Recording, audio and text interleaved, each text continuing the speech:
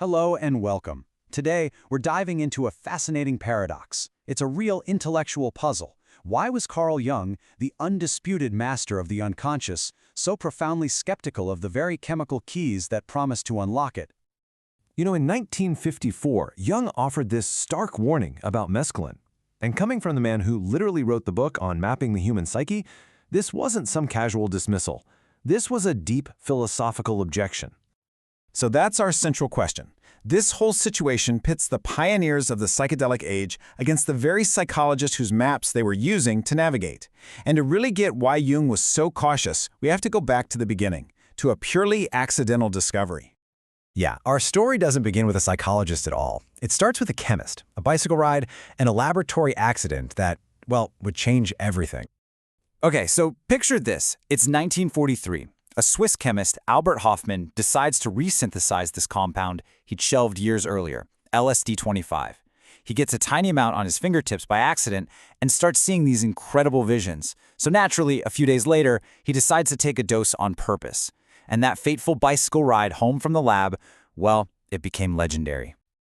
But let's be clear, Hoffman's first trip was not blissful. It was a full-blown crisis. He felt like a demon had taken him over, that he was literally losing his mind.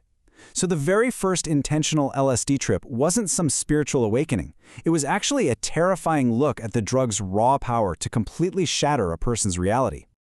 At first, researchers saw LSD as this fascinating tool to create a model psychosis. They thought they could study madness in a controlled way. But then, a very famous novelist came along and reframed the entire experience, not as a path to insanity, but as a gateway to the divine.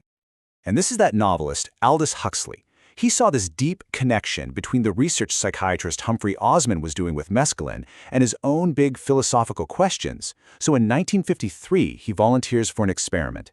And that one session would completely change how the public saw these drugs. Huxley's experience, which he wrote about in his book The Doors of Perception, was nothing short of mystical. He felt he was seeing the miracle of naked existence. He came up with this theory that our brain acts as a reducing valve, constantly filtering out an overwhelming reality just so we can function. For him, psychedelics didn't distort reality. They revealed it in its pure, unfiltered form. Now, Huxley's book was so powerful it actually caught the attention of Carl Jung himself. And while Huxley couldn't make the trip to meet him, his collaborator, Humphrey Osmond, went instead. And this meeting set the stage for a major intellectual clash. Right, so this meeting in Zurich in 1955 really defines the whole debate.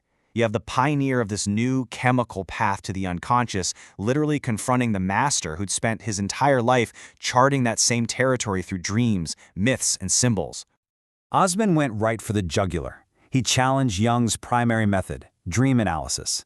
He said, look, the moment you wake up, your memory starts filtering and distorting the dream. It's just not reliable.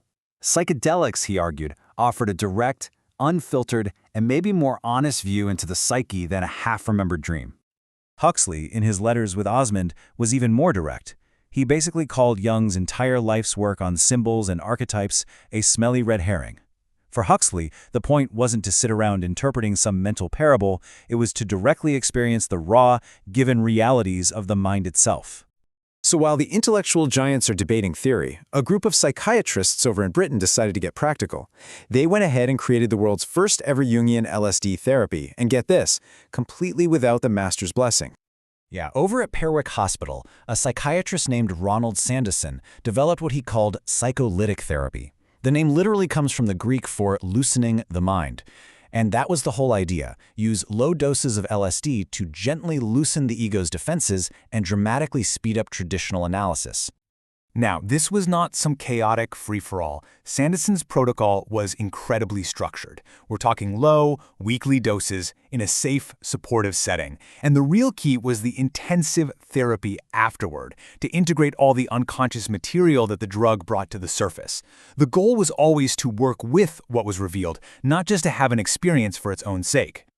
But this pioneering work, as you might guess, quickly drew some serious criticism from the heart of the orthodox Jungian community in London. And this led to a direct confrontation over what really causes therapeutic change in the first place. The main critic was a top Jungian analyst named Michael Fordham, and he saw a fundamental flaw in what Sandison was doing. He argued that any improvement in patients wasn't really coming from the imagery the drug produced, but from something called transference. That's when a patient projects these powerful, idealized feelings onto their therapist. Furthermore, this created a fragile dependency that would just collapse as soon as the treatment stopped. And this right here, this gets to the absolute heart of the disagreement. Fordham was a champion of Jung's method of active imagination, which is a conscious, deliberate dialogue with the unconscious. The ego is an active participant. He saw the LSD experience as the total opposite, an involuntary, passive flood from the unconscious that simply overwhelms the ego. And in his view, that prevents any real, lasting integration from happening. This whole debate goes right back to Jung's own complex way of thinking. He was never a dogmatist. His views on the biology of the mind were always evolving, and this new research really pushed him to clarify exactly where he stood. Just look at how his own views on the cause of schizophrenia changed over time. It shows you how much he refused to be dogmatic. He starts out suspecting a biological toxin, but he eventually lands on this idea of a dual etiology. And this was his brilliant bridge between worlds. The idea that powerful psychological states could literally create the very toxins that then harm the brain. For Jung, mind and biology were completely inseparable. Years later, Ronald Sandison looked back on Jung's criticism, and he actually conceded a point. He said, okay, maybe Jung, a true master navigator of his own unconscious, didn't need a chemical key. But Sandison argued, for the rest of us, for the poor, impoverished creatures Jung himself wrote about, it might just be a heaven-sent gift.